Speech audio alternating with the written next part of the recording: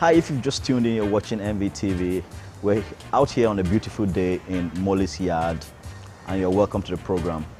We have here today the man whom the term Renaissance man could have been invented for.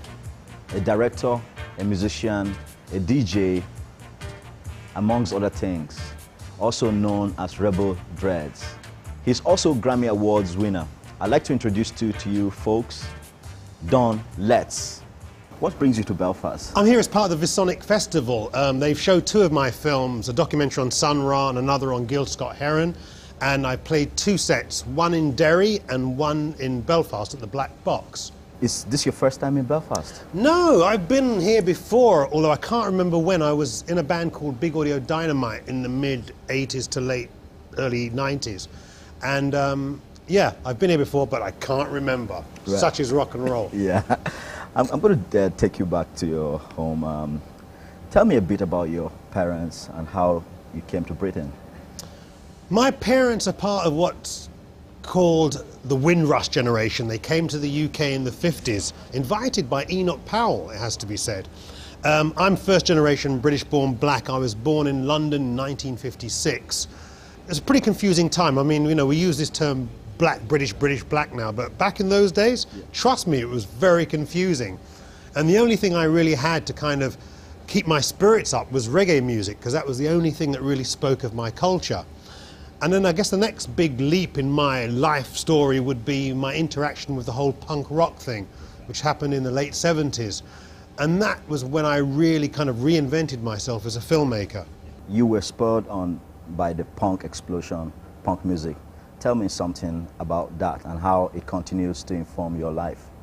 You got to remember, it was pretty tough times. I mean, you know, it was recession, strikes, high unemployment and things like this. And when people like Johnny Rotten sang No Future, it really felt like we had no future. But luckily for me, I had something to ease the pain. I had reggae music. My white mates, they didn't have anything like this.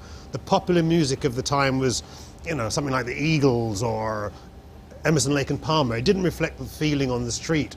So they set about creating their own soundtrack, which was punk rock. And the energy was so infectious that it made me want to get involved.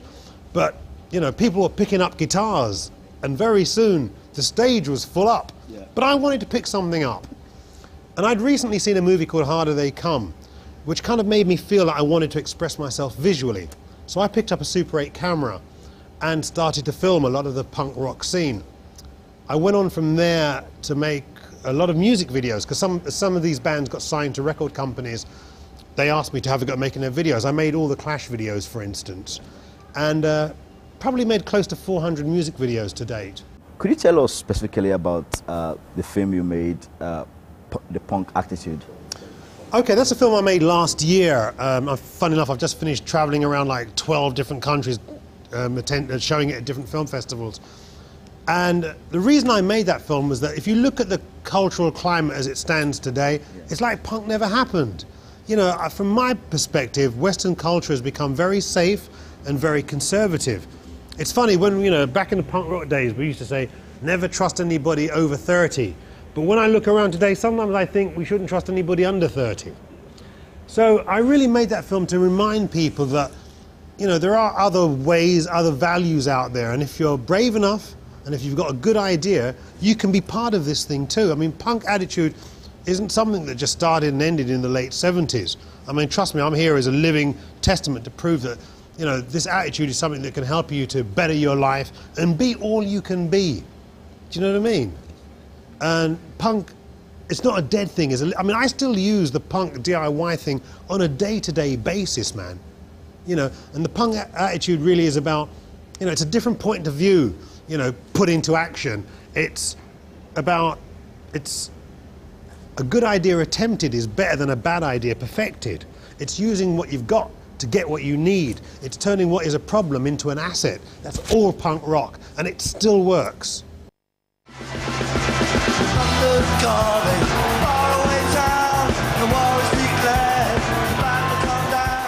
Pistols were like really angry and loud and just yelling about it, whereas the Clash were angry and loud but questioning about it. And whereas the Pistols were just like scream about how, you know, something was wrong, the Clash would kind of say, well, this is wrong, but what are you going to do about it? We're a garage band. We come from garage land.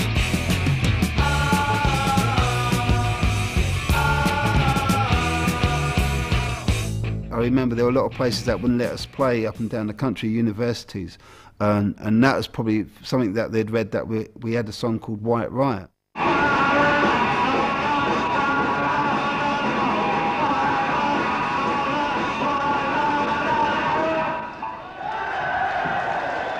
They thought we were some sort of national front group, whereas really the song was about white people getting up and doing it for themselves, because our black neighbours were doing it for themselves insofar as the riots and whatever. So it was time for the white people to get on with their own situation. Things got a bit serious after a couple of years when Martin Webster's National Front started coming to punk gigs and trying to recruit people.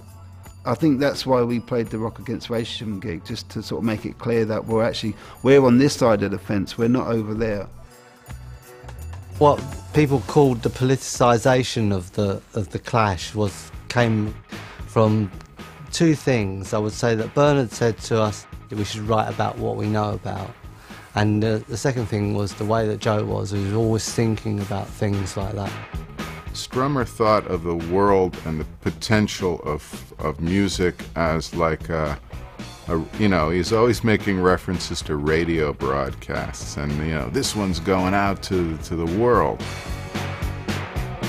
He had that kind of Woody Guthrie thing, or a kind of thing that Dylan had and Bob Marley had and sometimes John Lennon had, where they were aware of that power, but they weren't egotistical about it.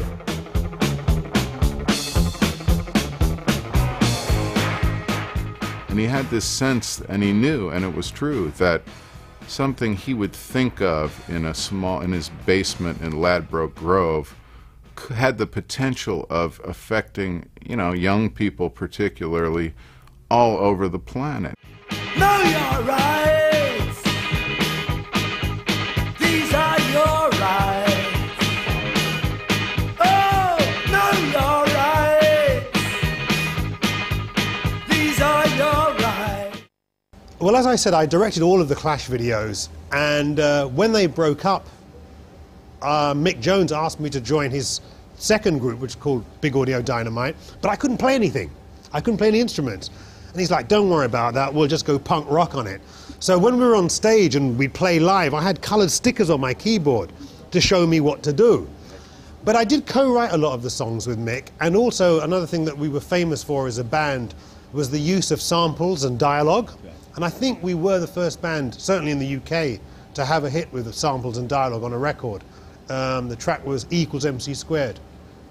You can't get away with that stuff now, folks. You were decrying the fact that politics of punk and politics in general were now less and less evident in music. Do you see any light or hope for another youth rebellion in British society? People have got to understand that, you know, the punk explosion is really part of an ongoing dynamic of counterculture, you know, which didn't begin and end in the 70s. I mean, you know, the birth of the hippie movement, when it started, was a punk rock moment. The development of reggae music itself is a Jamaican punk rock. Hip-hop is America's black punk rock. But sadly, it's interesting because of the current cultural climate, it feels like punk never happened. I mean, you know, when me and my friends got into music, we got into music because it was an anti-establishment thing. Now many young people get into music to be part of the establishment. But having said that, you know, the world is a big and beautiful place, and there are a lot of kids out there that ain't that stupid. You know, they don't want to be on MTV, they don't want to be on Top of the Pops, and they're using the internet and things like that to get their ideas out there. So I think, you know, the punk attitude is something that you can't stop. It's like the Force in Star Wars. Yeah. You know, it's out there somewhere, but you just got to look in new places. You know, maybe to the east, for instance, where people are getting information for the first time. For instance, China, where they've just got access to the internet, albeit censored, but nevertheless, I think all the interesting ideas of the future will come from the amateur and the naive, and places that haven't been bombarded by MTV. From 1976 to 2006, what has changed for better and worse as a black man in England? Hey, that's a deep question. From 1976 to... Okay, yeah, all right, I can tell you the answer to that. When I was doing my thing, I was the only black man on the block that was doing things that were not defined by my colour. You know, we as a race tend to kind of work, like I say, within a certain parameter, you know, and that's why, you know, people like Sun Ra, who I did a documentary for, are really dear to me because they're not defined by their colour. So I was kind of on my own back in the late 70s. You know, you know, a lot of people say, you know, like a pioneer, I guess. And nowadays there is a kind of black infrastructure. Black music has become part of the collateral and economics, certainly of the entertainment industry. It's a shame that it's not part of the economics of other aspects of life. But anyway, so for a black man or girl growing up on the scene now, I guess it's a lot easier. But back in my day, I was on my own. You know, I look over my shoulder left and right and there was nobody behind me. In fact, my black brethren would be laughing at me. They're like, Don, you're working with these punk guys? You must be crazy. Take out the jams,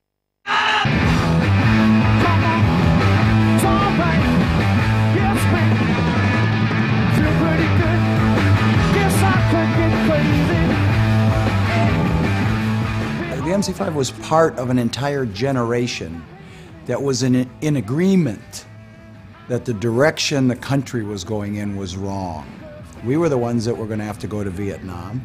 We didn't agree with the way they treated people of color in America. We didn't agree with the way they suppressed our cultural efforts, you know, our ideas about things, and we just wanted to be heard. feeling happy, having a good time now. Hey, doing all right, doing all right. Doing all right, doing all right. Well, yeah, our basic outlook was cultural revolution by any means necessary, including rock and roll, dope, and in the streets. That was number one.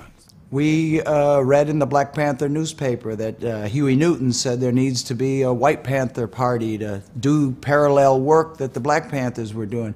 And we said, that's us.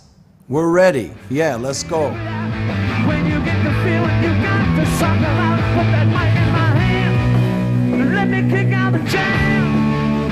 Yeah, kick out the jams. Gotta kick 'em out. What's your view on the school of thought that rap music or hip-hop has encouraged gun violence on our streets? The state of rap and hip-hop currently, I'm not that impressed by it, I have to say. I mean, you know, when hip-hop started, you know, we're talking about people like, well, Gil Scott-Heron, fun enough to me, is a godfather of rap. But these guys, they weren't talking about escapist ideas. They weren't sexist, homophobic, bling-bling kind of thing. They were dealing with things that affected our daily lives. And Gil Scott would inspire people like Chuck D or KRS-One. But now, you know, we move forward to 206, and, you know, it's all Puff Daddy and Snoop Dogg, and they seem to have kind of deserted the struggles that we had embraced in the 70s and the 60s. So, you know, hip-hop has become hip-pop. It's the pop music of the planet. And I don't know if you know this, but it's the largest selling genre of music in the world now. And if it was that radical, it wouldn't be selling that many records, believe me. Again, having said that, there are people that are operating outside of the MTV world, like, now I'm going to be hard pushed to think of somebody, but there are people out there. Hey, Dead Presidents, for instance. But they're not the kind of acts that the record company are embracing. You'd hardly see them, if ever, on MTV. So, you know, there are people out there flying the flag, but you've got to kind of look beneath the radar to find them. I made the first punk rock documentary. It's called The Punk Rock Movie. I mean, things that I'm proud of is a documentary on The Clash, which I won a Grammy for, West Way to the World. I've done 2 feature films set in Jamaica, one called Dance Hall Queen and the other called One Love, that stars one of Bob Marley's sons, Kimani Marley. As I mentioned, the Gil Scott film, the Sun Ra film. I'm just about to go to America to do a documentary on George Clinton. Right. See, I like to work with artists that have an agenda other than ego and makeup. You know, they have to have something going on. There has to be a bit of depth, a bit of gravitas. That brings to mind the film about Gil Scott-Heron. In a nutshell, what attracted you to make a film about him? Oh man, you know, growing up in the UK in the 60s and early 70s, it was people like Gil Scott that kind of showed us how we could use music as a vehicle to express ourselves and deal with the things that were bothering us as a race. And you know, he was like the poster child of the black and proud generation. And that's really where I started to get politicized. It was by listening to people like Gil Scott-Heron, reading books by George Jackson and Huey P. Newton and Eldridge Cleaver. And they were immensely important in the development of me as a black man growing up in the UK. Having said that, we had to apply a lot of self-interpretation because the development of black people in the UK and America are vastly different. I mean, obviously, you know, my great-great-great-great-great-grandfathers were dragged kicking and screaming to America as slaves. My parents bought a ticket to the UK with the promise of a multicultural society. And when I was growing up as a teenager, I saw that they were really getting screwed. You know, when black people were invited in the mid-50s to come to the UK and work, it wasn't to become brain surgeons. It was to do the jobs that no one else wanted to do. And this so-called multiculturalism really meant you had to dump your culture and embrace an alien culture and forget who you were. So, as first-generation British black, we realized that this wasn't working, and that would manifest itself in the riots that would spring up in 75, 76 and 77 in the Notting Hill Carnival riots, and later on in Brixton in the early 80s. You know, that was my generation saying, look, we're as mad as hell and we ain't going to take it anymore.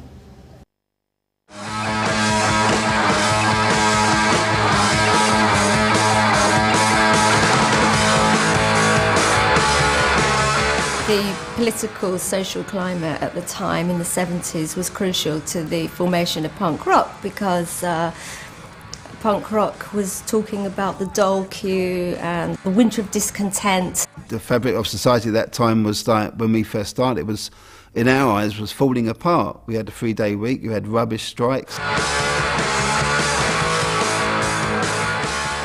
You know, everywhere you went, it was like bad news. They were talking about burying people at sea in the Mersey because the grave diggers were on site. I mean, it was that bad. God save the Queen! The time was just right. It wasn't orchestrated. It was like all these elements of people not being happy with what was going on at present. So I suppose that's probably had quite a strong push for all of us to say, well, we better do something for ourselves rather than rely on anybody else. God save the Queen! She ain't no human being. There is no future in England's dream. You were in Manhattan on September 11. Oh yeah, I was there, during definitely. the attacks. I was 40 blocks away trying to make a documentary on the New York punk rock scene. Right. Could you share with us your experience of that moment? Oh man, obviously it was a trip. I mean, I saw the first plane hit the first tower on the news, and then they said there's another plane coming. I look out my window and I see the plane fly past. I didn't actually see it hit the second tower because it was obscured by the buildings. But obviously very traumatic. Cities locked down. On the TV, every channel you turn, you just see the plane hitting the tower over and over for like 5 days. That's all you saw, 24/7. And it was like psychological torture. Even MTV were covering the tower thing. But I think what's more interesting about it is that, you know, the people have got to understand that, you know, I'm not justifying that action by any means, but people have to understand why those guys that did that might feel justified in doing it. And don't get me wrong, I'm not justifying terrorism by any means, but we need to look behind the reasons of why these things happen and how certain countries' foreign policies affect other people's lives. And just because they're thousands of miles away doesn't mean it's not going to come back and bite you on the arse. You know what I mean? So we've got to do the right thing. You've been making films which have also won you Grammy Awards. How did you get there? I'll tell you exactly. It was seeing the movie A Harder They Come.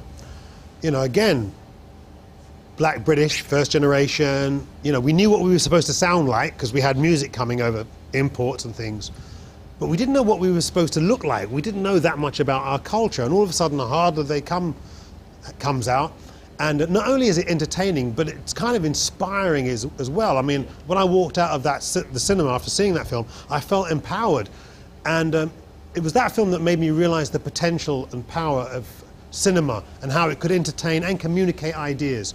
So I had the idea to express myself visually, but couldn't see a way forward until the punk rock thing happened. Okay. You know, and the punk rock thing said, hey, if you've got a good idea, do it yourself, the whole, what they call the DIY ethic. That's right. So it was a combination of a Harder They Come and punk rock that helped me to reinvent myself as a filmmaker. Yeah, and was it a smooth move to making films, or was smooth? Was it smooth? I don't know about smooth, but you know, when you work left of centre, nothing's smooth. And that's, I wasn't really looking for an easy life. And, you know, I'm not a rich man, but I'm rich in culture. You know, I've got 30 years of popular culture under my belt, and it still gets me out of bed. Tell me briefly your experience working as a DJ in the Roxy, a London nightclub, during the original outbreak of punk in England. Well, the reason that I played reggae in the Roxy, which, as you rightly pointed out, was the first punk rock club in the UK, was that the scene was so new, there weren't any punk records to play. So what am I going to do? I'm going to play something that I love. I'm playing hardcore dub reggae. And luckily for me, the punk rockers, the white little, you know, white punk rockers, they loved it as well. But people have to understand that in the UK, white working class kids have always gravitated towards black, particularly Jamaican music, because invariably it's the most anti-establishment and rebel sound around. Yeah. So there is a long tradition of young white working class kids being into reggae music. I mean, before the punky reggae connection, the skinhead movement was into particular records on a label called Trojan. Yeah. And I want to be very clear about this, because now when we say skinhead, people think of fascists, and they did become that. But there was a period when skinhead was a fashion statement, not a fascist statement. And you know, even before that, you know, people like the Beatles and Led Zeppelins and the Rolling Stones, I mean, they were always inspired by black music, albeit from the Mississippi Delta. So there's a tradition of white culture generally looking to black music for inspiration. I think the main difference with the punky reggae thing was that no longer were these guys listening to music that was coming from 6,000 miles away, because now we were living next door to these people, so they could hear it coming through their walls. So the effect was a lot more direct. And that's why when you listen to the records of The Clash, for instance, you'll hear Joe Strummer singing about Prince Farai or Dr. Alimantado, who are reggae artists, by the way, folks. And you can hear they have reggae bass lines. You know, their love of my culture isn't disguised in interpretation. And that was very empowering for me, because all of a sudden there was an equity. You know, it's like the white guys have got this, well, I've got that. And that made the party better.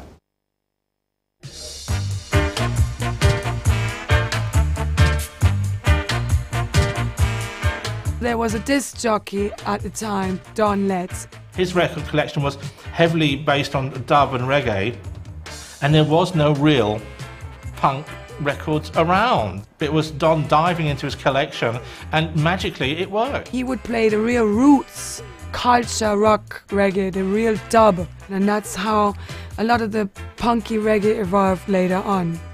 So reggae was the sort of soundtrack to the whole punk scene. At least it was in London. I mean, no one listened to anything else that I know of.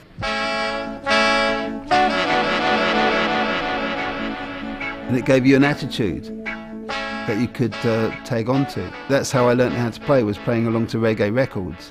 All the guys that were working behind the bar were living up at Forest Hill with Don Letts, myself. We all stayed up there.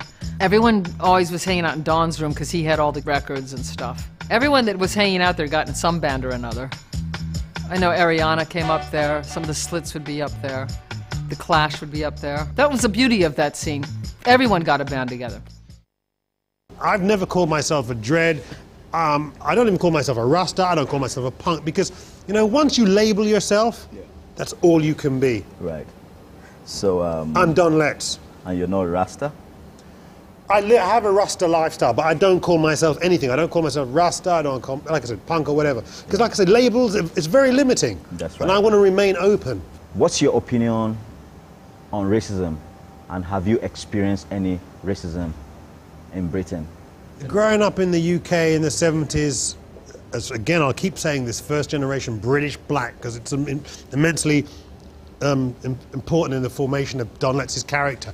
It was all around me, man. I mean, you got to understand, and you can kind of dig it. I mean, there's these white guys in their country, and all of a sudden there's these people coming over that they've kind of invited over, that are causing a bit of a stir, and people are always scared of what they don't know. And they didn't know us. They didn't spend time trying to find anything out about us. So invariably, they just become frightened. And then, you know, when there's high unemployment, people look for a scapegoat. Hey, guess who they're going to pick on? They're going to pick on the people that are most visible, which was us. Having said that, there's been a lot of changes in London, but I'm not that stupid to realise that, you know, just because it's cool in my little bubble, that in the rest of England, you know, things are pretty backward. You know, we've still got a long way to go, man. A long way to go. But then racism's such a broad term because, you know, in amongst the black community in the UK, I mean, up in the north of England, not so long ago, we had Asians fighting blacks. You know, I don't know what that was about, because I look at the TV and I just see people of colour fighting each other. You know what I mean? Right, yeah. So, you know, when people say racism, they quite often think it's just black and white, but it ain't that simple. That's right. Way back in Africa, we've got tribalism. You know what I'm saying? That's right, yeah. And then, if we didn't exist, they'd be picking on somebody that had different colour eyes. It's part of the human condition. It's a sad thing, you know. So, Don, apart from the filmmaking and writing, you're also DJing. What are you doing at the moment, specifically? Well, DJing, I mean, it's funny that the job at the Roxy came about by accident, and it wasn't something that I had pursued. And then a couple of years ago, I released a few compilation albums. There's 3 of them that are out there. And they were quite well received, and people said, well, look, come and start DJing. So I found myself in a position of having to DJ again. But I got to point out to people, it's not like superstar DJ. I didn't scratch, I don't beat match. It's all about the selection. Yeah. You know, to me, it's all about the record, and my personality has nothing to do with it. I mean, if I could DJ from home, I'd probably do that. But I'm playing mostly hardcore, dub and reggae, very much in the spirit of the stuff that I played at the Roxy. Not a lot of this new dancehall stuff from Jamaica, though. I don't play any sexist, homophobic stuff or anything like that. Right. You know, we ain't supposed to spread hate with music. You think art is a tool that can bring communities together? That's its purpose. I mean, the purpose of art is to inform, inspire, make people aware and raise debate. You know, that is the purpose of art. There is a school of thought that has Andy Warhol figuring quite significantly in kind of some of the grooves and scratches that became punk rock.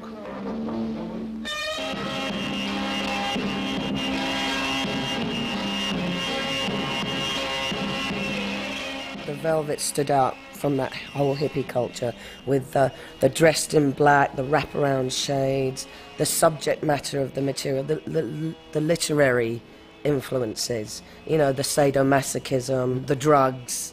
It was so attractive and so alluring, and I just loved it because it was saying f*** off to the hippies as well. Opening people's minds up to other possibilities can only be done sometimes with rabid ideas. You're really trying to be polite about it in a way and say, hey, you know, don't you get it? And generally they don't, and you have to like push the boundaries. Here she comes. You better watch yours. Lou Reed and his crew making this atonal music coming from art and heroin and death in the middle of like feel good. That's punk rock. I just do what I do instinctively, and you know, I mean, and it seems to have had some resonance with X amount of people over the years. I mean, they tell me that I'm the person responsible for turning on the punks to reggae. I mean, I don't quite see it that way. It's not something that's premeditated, man. I follow my instinct, I follow things that turn me on, and, you know, it's got me to where I am today. Where that is, I don't know. You know, but I'm still working and I'm still inspired by life. So, what's next in the pipeline? Next, I'm off to America to do a documentary on George Clinton. And then I'm in negotiations, funnily enough, with some people to do a documentary on a group called Stiff Little Fingers, who, I don't know if you're aware of them, but were based out of Belfast and a punk band of, you know, I've been around for about 30 years. So, thank you very much for talking to us. And hey, thanks for the airspace. Airspace is valuable. Thanks for being in Belfast. Thank you very much.